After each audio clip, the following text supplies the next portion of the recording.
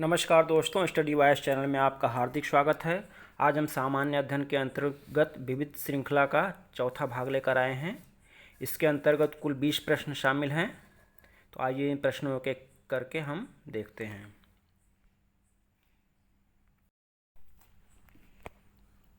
पहला प्रश्न है कि अलास्का को अमेरिका ने किस देश से खरीदा था? तो इसका आंसर है रूस। तो अमेरिका ने रूस से अलास्का को खरीदा था। और अलास्का संयुक्त राज्य अमेरिका का सबसे बड़ा प्रांत है। इसको हम मैप में देखते हैं कहाँ है। तो ये वाला हिस्सा जो है ये अलास्का प्रांत है संयुक्त राज्य अमेरिका का। और ये कनाडा की एरिया है और ये अमेरिका की एरिया है, यानी ये अमेरिका के मुख्य प्रांत से कुछ दूरी पर स्थित है।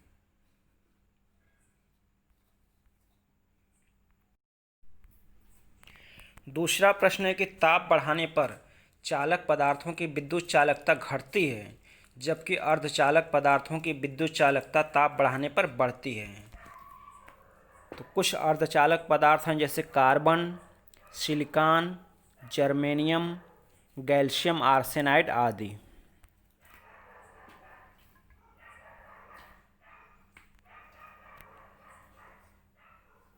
तीसरा प्रश्न है कि मानव के लिए सबसे हानिकारक विकिरण कौन सा है? तो वह है गामा किरणें।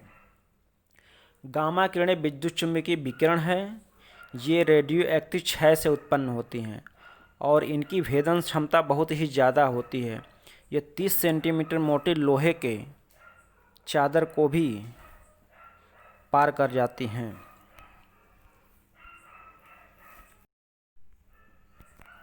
चौथा प्रश्न है कि एलोरा की गुफाएं एवं मंदिर किन धर्मों से संबंधित है?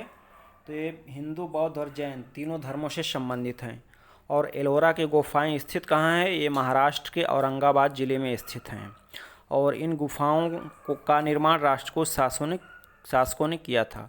और इसमें कुल 34 गुफाएं हैं, जिसमें 1 से लेकर 12 तक बौद्ध धर्म से संबंधित हैं, 13 से 29 तक की गुफाएं हिंदू धर्म से संबंधित हैं तथा 30 से लेकर 34 तक की गुफाएं जैन धर्म से संबंध रखती हैं। और ये गुफाएं बेसाल्ट से बनी चट्टानों को काटकर बनाई गई हैं। एलोरा की गुफाओं को यूनेस्को की धरोहर सूची में शामिल किया गया है। तो ये एलोरा की गुफाओं से संबंधित कुछ चित्र है, इसको देख लीजिए। एलोरा की गुफाओं के ये भाग हैं।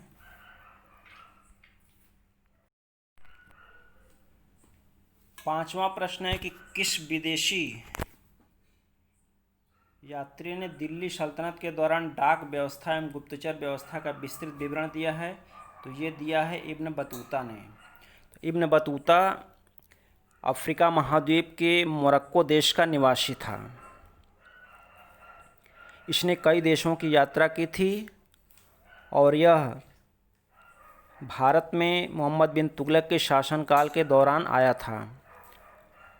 और इसे मोहम्मद बिन तुगलक ने दिल्ली का काजी नियुक्त किया था। बाद में इसे चीन में भारत का राजदूत बनाकर भी भेजा गया था। इसने कुल 75,000 मील की यात्रा की थी।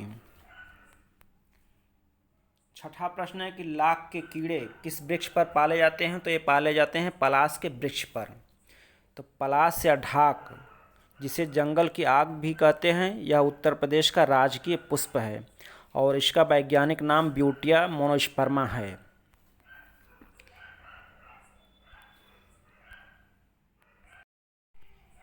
ये पलाश का पुष्प है, तो इसको देख लीजिए, यही है पलाश या ढाक पुष्प।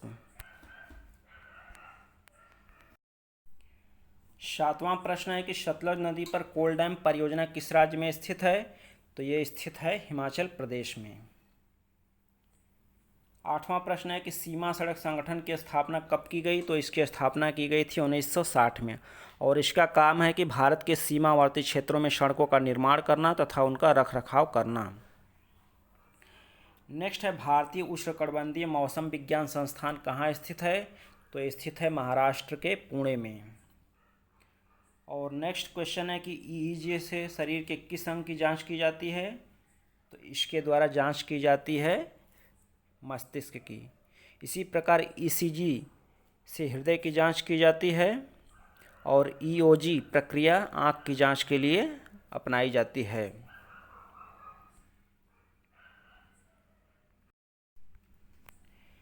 11वां प्रश्न है कि कौन सा एंजाइम रक्त स्कंदन के दौरान फाइब्रिनोजन को फाइब्रिन में बदलता है? तो ये एंजाइम है थाम्ब्रिन एंजाइम। 12वां प्रश्न है कि टेस्ट क्रिकेट की किसी मैच की किसी पाली में सभी 10 विकेट लेने वाले विश्व के केवल 2 गेंदबाज थे, वो कौन से हैं? तो वो हैं पहला जिम लेकर इंग्लैंड के और दूसरा भारतीय गेंदबाज अनिल कुंबले। जिम लेकर इंग्लैंड के खिलाड़ी थे और इन्होंने 1956 में एक मैच में कुल 19 विकेट लिए थे, एक पाली में 10 विकेट और दूसरी में 9 विकेट। और भारत के अनिल कुंबले ने उनके रिकॉर्ड की बराबरी की, एक पाली में 10 विकेट लेने की। और कुंबले ने 1999 में दिल्ली में पाकिस्तान के खिलाफ एक पाली में 10 विकेट लिए थे।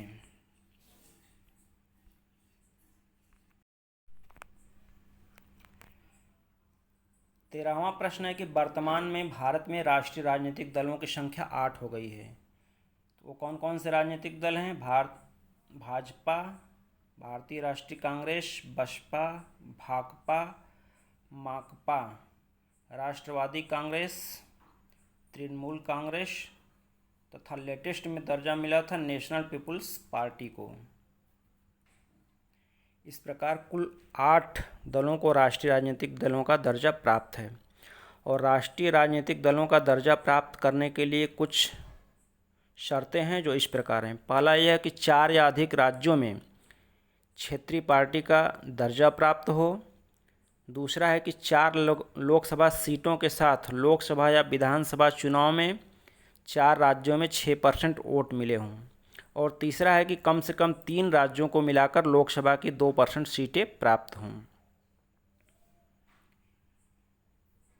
नेक्स्ट प्रश्न 14वां कि राज्यसभा में कुछ प्रमुख राज्यों की सीटें इस प्रकार हैं, क्योंकि कभी कभी परीक्षाओं में राज्य दे देता है और राज्यसभा सीटें देता है और उनको सम्मिलित करना होता है, इसलिए प्रमुख राज्यों में जो राज्यसभा की सीटें हैं उनको याद रखना जरूरी है। तो आइए इनको देखते हैं। उत्तर प्रदेश में राज्यसभा की 31 सीटें हैं। महाराष्ट्र से राज्यसभा के लिए 19 सदस्य चुने जाते हैं। तमिलनाडु से 18 सदस्य चुने जाते हैं। बिहार से 16 हैं, बंगाल से 16 हैं, यानी बिहार और बंगाल से समान राज्यसभा सदस्य चुनकर जाते हैं राज्यसभा में। कर्नाटक से 12 सदस्य जाते हैं। आंध्र प्रदेश से 11 हैं, मध्य प्रदेश से 11 हैं तथा गुजरात से 11 हैं, यानी 3 राज्य आंध्र प्रदेश, मध्य प्रदेश तथा गुजरात से 11 सदस्य राज्यसभा के लिए चयनित होते हैं। राज्यसभा से 10 सदस्य जाते हैं। इसी प्रकार उड़ीसा से भी 10 सदस्य राज्यसभा के लिए चुने जाते हैं। तो इसको आप लोग अच्छी तरह याद कर लीजिएगा, इम्पॉर्टेंट प्रश्न है। नेक्स्ट प्रश्न है कि भारत में बेरोजगारी का स्वरूप मूलतः किस प्रकार है? तो यह संरचनात्मक बेरोजगारी। संरचनात्मक बेरोजगारी आर्थिक संरचना में बदलाव से उत्पन्न होती है। जैसे टेक्नोलॉजी बदल जाती है तो बहुत से लोग उस टेक्नोलॉजी को न सीखने के कारण बेरोजगार हो जाते हैं, जैसे टाइपिंग या कंप्यूटर आने से। नेक्स्ट क्वेश्चन है 16वां कि वैश्विक वित्तीय स्थिरता रिपोर्ट किसके द्वारा जारी की जाती है? तो ये जारी की जाती है अंतर्राष्ट्रीय मुद्रा कोष IMF द्वारा। IMF का मुख्यालय वाशिंगटन DC में स्थित है। यह विशेष मुद्रा एक प्रकार की जारी करता है, SDR जिसे कहते हैं, स्पेशल ड्राइंग राइट्स। और IMF की स्थापना की गई थी 1944 में। वर्तमान में इसके 186 सदस्य हैं। और 17वां क्वेश्चन है कि राष्ट्रीय खाद्य सुरक्षा अधिनियम के अंतर्गत कितने % जनसंख्या शामिल है? तो उसमें 75% ग्रामीण क्षेत्र की और 50% शहरी क्षेत्र की शामिल है। इस प्रकार देश की 2/3 जनसंख्या को इसका लाभ मिलेगा। इसमें 3 रुपये, 2 रुपये और 1 रुपये क्रमशः गेहूँ, चावल, मोटा अनाज मिलेगा। और प्रति परिवार 5 लोगों को मिलेगा 5 किलो अनाज। इस प्रकार 25 किलो मिलेगा, जबकि अंत्योदय वालों को 35 किलो मिलेगा। यदि भोजन आपूर्ति सुनिश्चित न हुई तो खाद्य सुरक्षा भत्ता भी दिया जाएगा।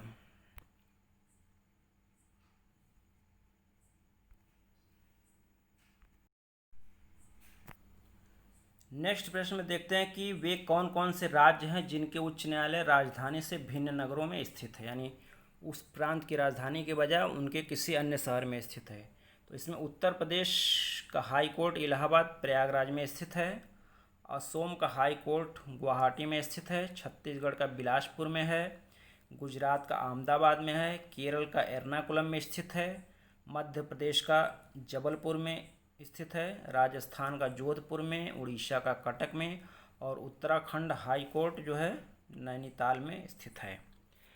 संविधान के अनुच्छेद 214 में हाई कोर्ट का प्रावधान है और वर्तमान में देश में कुल 25 हाई कोर्ट हैं।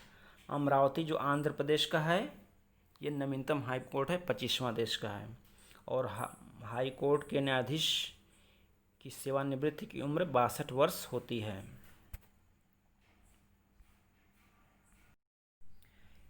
उन्नीसवां प्रश्न है कि भारतीय सर्वेक्षण विभाग की स्थापना कब की गई थी? तो ये की गई थी 1767 में। और भारतीय सर्वेक्षण विभाग का कार्य है भारत का नक्शा बनाना और सर्वेक्षण करना।